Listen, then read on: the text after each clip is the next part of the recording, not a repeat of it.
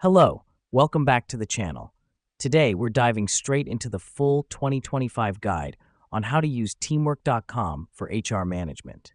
Let's kick things off by creating your account. Visit teamwork.com and sign up with your business email. This is the first step in establishing your HR management hub. It's essential because it serves as the foundation for all your HR activities.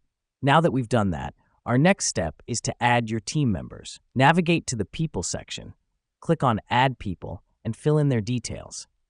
The reason we do this is to ensure all your team members are in the system and you can easily manage their details, tasks, and projects.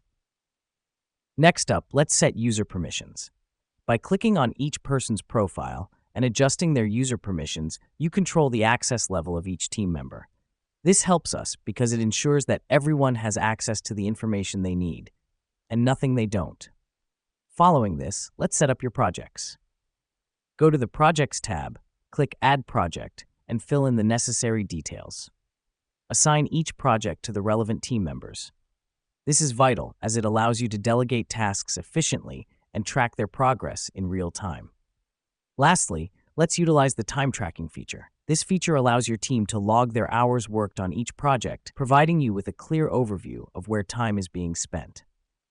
Here's what's happening behind the scenes. Teamwork.com uses this data to generate detailed reports, which will be instrumental in your HR management. And that's it. You've now set up your Teamwork.com for HR management. By following these steps, you'll streamline your HR processes, making your life and the lives of your team much easier. Remember, HR management is all about effective communication and organization. Teamwork.com can help you achieve just that. Until next time, happy teamworking.